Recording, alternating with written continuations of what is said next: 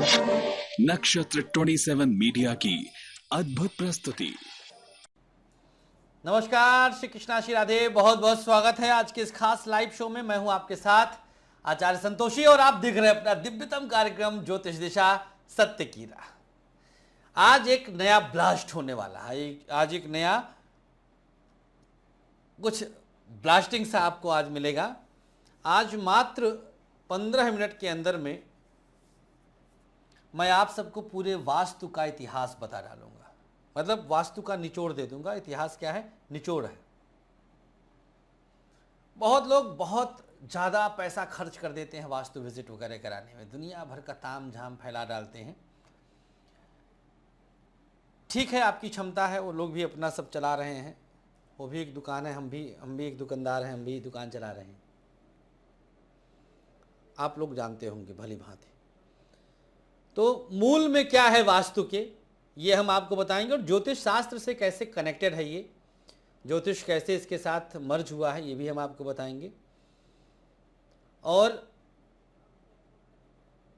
कहां कहां पर वास्तु के गड़बड़ होने से क्या क्या हो सकता है, ये भी हम आपको बताएंगे। और इतना प्रैक्टिकल बताएंगे कि आपको सब समझ में आएगा और आप अपनी पिछली घटनाओं को उसके साथ लिंकअप कर सकते हैं, कनेक्ट कर सकते हैं और तत्काल हमारे इस शो को वेरीफाई कर सकते हैं कि हाँ, आचार्य जी ने सही बताया है, तो ये घटना घटी है इस प्रकार के वास्तु दोष के कारण, जिसका संकेत हमें कुंडली से भी मिल जाता है।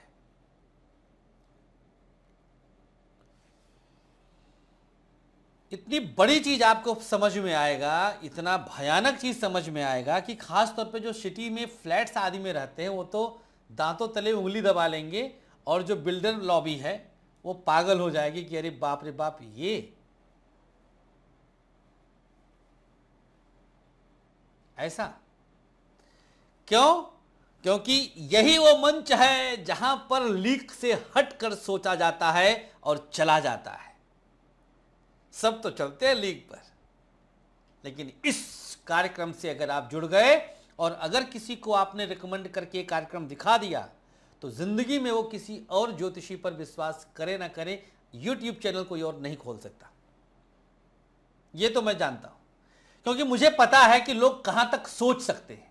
जहां वो सोचना बंद करेंगे, हमारी शुरुआत वहीं से होगी। या यूं कह लीजिए, हम जहां खड़े होते हैं लाइन वहां से शुरू होती है। ताली तो बजा दो यार। चलिए, इसको आप लोगों ने समझ लिया, ये मजाक का एक पार्ट था। लेकिन अब हम आपको बताते हैं सबसे पहली चीज ज्योतिष शास्त्र का और वास्तु शास्त्र का जो सबसे यूनिक चीज है, इसे आप समझ लीजिएगा। आप सब सोचते हैं कि पूरब मुखी मकान बहुत शुभ होता है। हम भी यही समझते थे, यही सुनते आते थे कि सूरज की पहली किरण आ जाती है, घर में से समस्त वास्तु दोष को दूर कर देती है। पूरब, जितना पूरब तरफ दरवाज़ा होगा तो वहीं से मुख्य द्वार से ही लक्ष्मी का आना होता है। सूरज की किरणों से सब सात्विकता फैलेगी, सब पॉजिटिविटी आएगी, लक्ष्मी का सीधे सीधे संपर्क होगा, कनेक्शन होगा। और पूरब इसीलिए बहुत शुभ माना जाता था, इसलिए दुनिया पूरब दिशा के मकान को ढूंढती थी, तलाशती थी।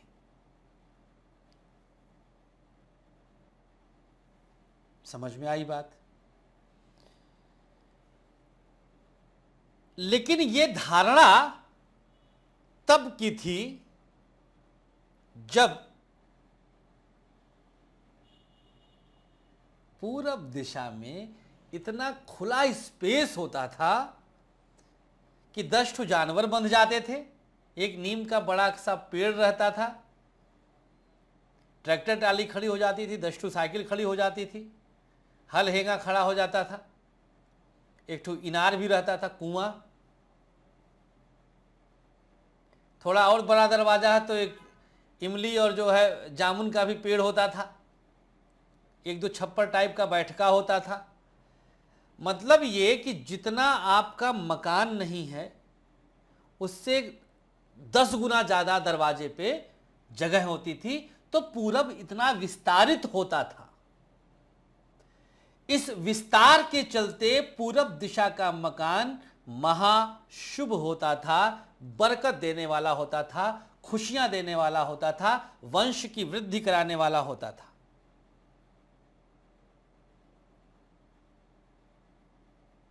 कितना पॉजिटिव साइन था। आज आज है क्या ऐसा? अब आप उस इतने बड़े जगह को छोड़कर कहां आ गए?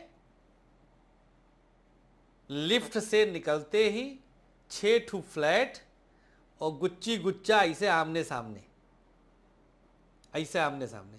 अब पूरब मोहार का भैया आप अगर ले लेंगे तो 4 कदम पे तो बंद हो गया ये, तो पूरब कहां से सूट करेगा? बिल्डर लोग ईस्ट फेसिंग को हाईलाइटेड करते हैं। अच्छा भैया, ईस्ट में क्या दे रहे हो आप? 2 कदम पर दूसरे का दरवाजा, यही तो हुआ ईस्ट में। और 24 घंटे का अंधेरा, यह है ईस्ट आपका। विस्तार कहां हुआ?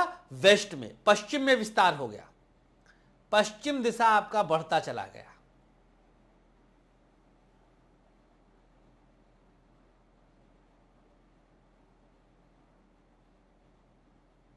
पश्चिम दिशा क्या देगा आपको? रोग, बदनामी, कलह, कलेश, अशुभता, हार, नशा, जुआ, चरित्रहीनता, तलाक, अल्प मृत्यु, भय, ये सब पश्चिम दिशा देता है। नोट, कुछ लग्न छोड़ करके जैसे वृषभ है, तुला है, इन लोग के लिए पश्चिम मुखी मकान, पश्चिम दिशा मुखी मकान नहीं, पश्चिम दिशा सूट करता है।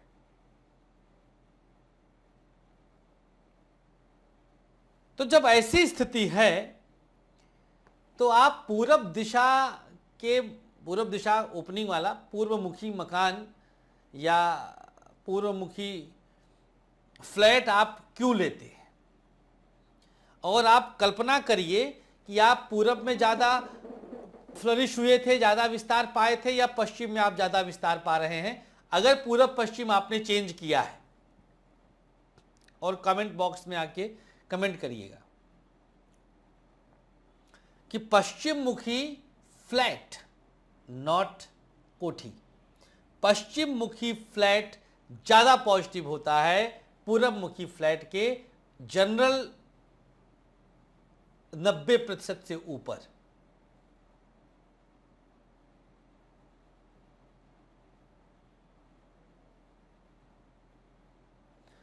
पूरब दिशा को विस्तार चाहिए। This is the conclusion. पूरब में विस्तार तभी होगा जब पश्चिम मुखी आपका फ्लैट होगा।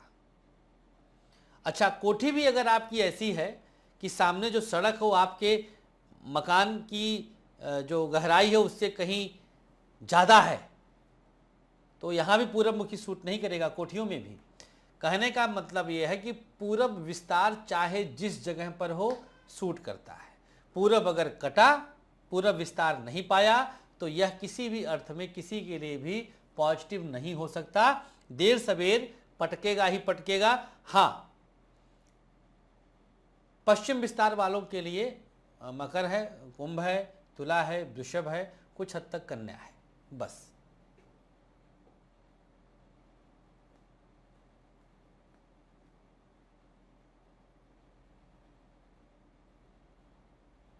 ये है खेल, ये है इसका मूल।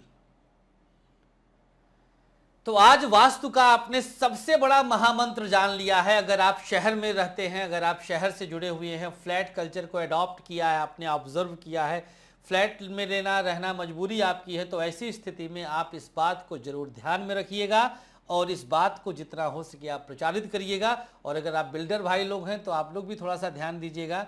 अगर आपकी बिल्डिंग में आकर के आपके फ्लैट को खरीदने वाला जो वहाँ पर रह रहा है, अगर वो बेचारा सुखी नहीं रहेगा तो आपकी ज़मीन भी बहुत ज़्यादा फलेगी नहीं और वो पैसा भी आपको बहुत ज़्यादा फलेगा नहीं।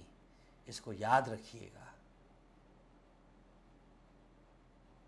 बहुत बड़ी चीज़ बता रहा हूँ, बहुत गहरी चीज़ बता रहा हूँ।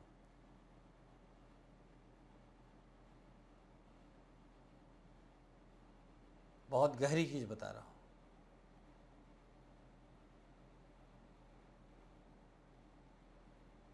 उस जमीन को पाने वाला व्यक्ति, उस जगह पर रहने वाला मालिक जितना सुखी रहेगा, उस जगह को बेचने वाला भी उतना सुखी रहेगा। उसका भी कनेक्शन होता है, वो भी आप इसको जोड़ लीजिएगा, उसको भी आप कहीं ना कहीं से समझ लीजिएगा। ये तो एक मेन हो गया। आप कुछ लोग ईशान कोण की सीढ़ी और ईशान कोण के बाथरूम टॉयलेट से बड़ा भय रखते हैं, बड़ा भय पाते हैं, और उस वजह से तमाम वास्तु वाले महाराज जी लोग मोटा काटते हैं। तो भैया अब उसके बारे में भी बहुत बढ़िया से सुन लो। अगर ईशान कोण में आपके लैट्रिन बाथरूम है तो वहां लैट्रिन के पॉट को हटाने से आपका वो बाथरूम, अगर उसे सिर्फ स्नान के लिए यूज किया जाए तो इससे ज्यादा शुभ कुछ हो ही नहीं सकता। बस वहां पर टॉयलेट, पेशाब, लैट्रिन बंद कर दीजिए, वहां वस्त्र धोइए, वहां जो है आप स्नान करिए, वहां पर ये दोनों कार्य दबा कर करिए, वहां वॉशिंग मशीन रख दीजिए। वह ईशान कोण का ओनली बाथरूम बेहद शुभ हो जाएगा जब वहां से टॉयलेट हट जाएगा। तो अगर आपके फ्लैट में 2-3 बाथरूम हैं, 2-3 टॉयलेट बाथरूम हैं, तो उसमें से ईशान वाले से अगर आप परेशान हैं तो वहां से बस सीट हटा दीजिए लैट्रिन की, बाकी वो बाथरूम आपके लिए सबसे बेहतरीन वास्तु का उपाय हो गया।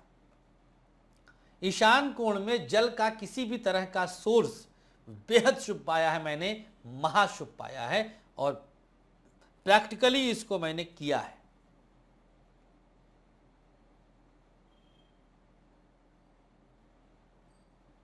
तो इसको लेकर के भयभीत नहीं होना है। इसका एक विकल्प हमने ये दे दिया। मान लीजिए एक ही है और वो ईशान में पड़ता है, तो इसका कोई रास्ता नहीं है। इस पृथ्वी पर कोई ऐसा वास्तु यंत्र और पूजा और पाठ नहीं बना है जो ईशान कोण के लैट्रिन को कहीं से भी जस्टिफाई कर सके या उस दोष को खत्म कर सके। भले ही आप कुंटल भर वहां पे समुद्री नमक रख दीजिए, रखवाते हैं ना लोग समुद्री नमक बाथरूम में। और बुरा है, शनि को और ज्यादा पाल दिया। अरे हाँ, हम तो भूल ही गए, तो लाल किताब वाला शायद है। अभी याद आया बात करते करते लाइव शो में। मतलब आप किसी के मुंह पे नमक डालेंगे तो बताइए क्या है ये, उसका जख्म आप हरा कर रहे हैं एक तरह से। ये बहुत अशुभ हो गया। बाथरूम में समुद्री नमक कभी ना रखिएगा, ये तो अभी भी समझ में आ रहा मुझको। लॉजिक देखिए आप, वास्तु पुरुष का मुख पड़ता है वहां पर, सर पड़ता है वहां पर ईशान कोण में, उसी के हिसाब से व्यवस्थाएं दी गई हैं, कौन सी चीज कहां पर पॉजिटिव देगी, कौन सी नेगेटिव देगी।